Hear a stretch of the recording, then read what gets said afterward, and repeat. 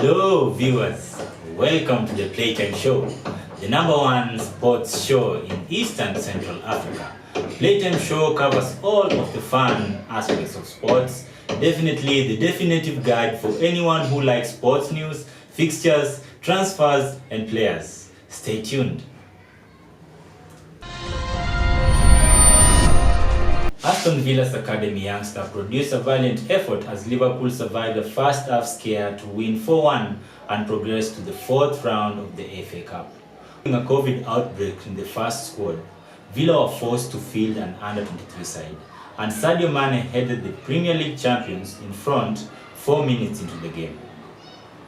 Liverpool's superior quality told, however, as 3 quick-fire second-half strikes from Jorginho and Adam in the 60th minute, Sadio Mane in the 63rd minute, Mohamed Salah in the 65th minute ensured that there would be no standing asset.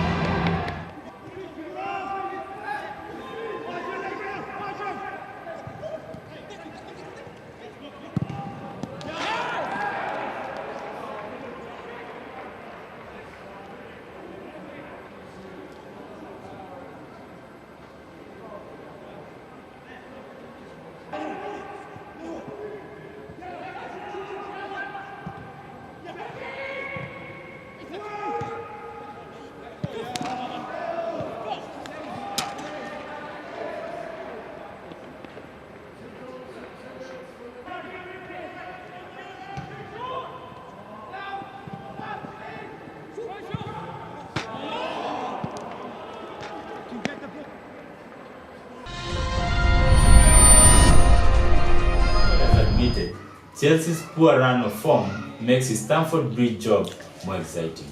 Lampard has come under pressure after 4 defeats in 6 Premier League matches, but the Blues boss reveals himself as glutton for managerial punishment.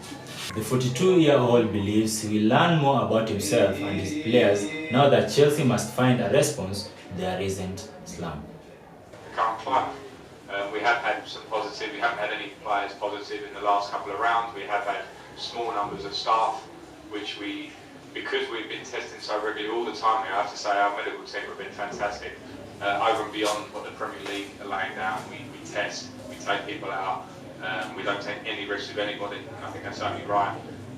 Of course, whilst the country is in lockdown for a reason, whilst football carries on, it means there's a lot of mixing going on. The country is in lockdown for a reason, as I'll repeat, so it's not the norm. We have to be ultra careful. So I'm not completely comfortable, but we have to toe the line, we have to try and keep playing. The safety must come first. The Gunners begin their FA Cup defence on Saturday when Newcastle visits Emirates for a 3rd round tie, with the host out to secure a 4th successive win in all competitions. Before a Boxing Day victory over Chelsea, Arteta's side had gone 7 matches without a Premier League win, but the introduction of the 20-year-old Emil Smith-Rowe and the 19-year-old Gabriel Martinelli into the first 11 has coincided in an upturn in the form. In addition to teenager Bukayo Saka, who has become a regular during the last 12 months, Arteta has also turned to the likes of 23-year-old Ainsley Maitland-Niles and the 21-year-old Joe Willock from his bench in the recent games, and admitted they all have brought new energy to the squad. And into the Old Trafford, Manchester United women manager Casey Stoney is deeply sorry after some of her players traveled to Dubai during the winter break, but confirmed they have no positive coronavirus cases. Trust my players wholeheartedly to stick within government guidelines. Everything we allowed them to do was within government guidelines. But you know, I have to be honest, and on reflection, it was probably a poor error in judgment from me. You know, and I'm sincerely sorry for that, because the buck stops with me and it starts with me, and I'm responsible for that. welcome back to the Playtime Show on 33 Nation TV. And of course, the first segment was all about news. Now we're going to do the football reviews that of the events that have taken place all through the week. And of course, tumekuwa na the Carabao Cup. The Carabao Cup has been going down through the week. Na ilikuwa the semis. The semis were played. Of course, kulikuwa na game Manchester United versus Manchester City. A very interesting game. If anyone who's there watching and watch your game, please send us your review. Tell us in the comment box ni nini you feel about the game, because according to me, I'm a Manchester United fan and Manchester did not give it their all. But again, I feel kunaweza kuwa na different arguments za watu about how they saw the game and how each and every one of you guys analyze the game. For me, it was a pretty nice game, and United tried to give it what they could, but I didn't feel like they give it their best. Manchester City dominated the game, like from the first minute of the game to the last minute of the game. We had the various attempts from Marcus Rashford. Of course, angeza toka kwa hiyo game bila make any attempt. We had attempts from Bruno Fernandes, ikakataliwa na goalkeeper. On the other side, Manchester City, the visiting team, the away team, walikuwa na a lot of chances. In fact, they scored 2 goals that were not allowed by the referee for various reasons. The first goal was not allowed because I think it was an offside, and the second goal also was scored by Foden, also was not allowed because it was considered an offside.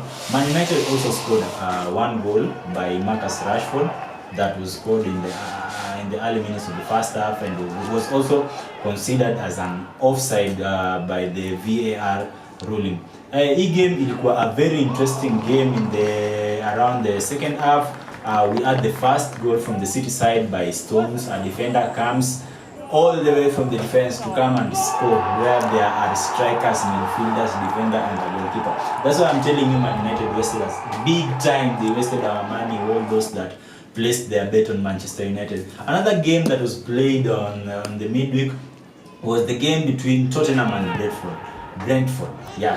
Brentford.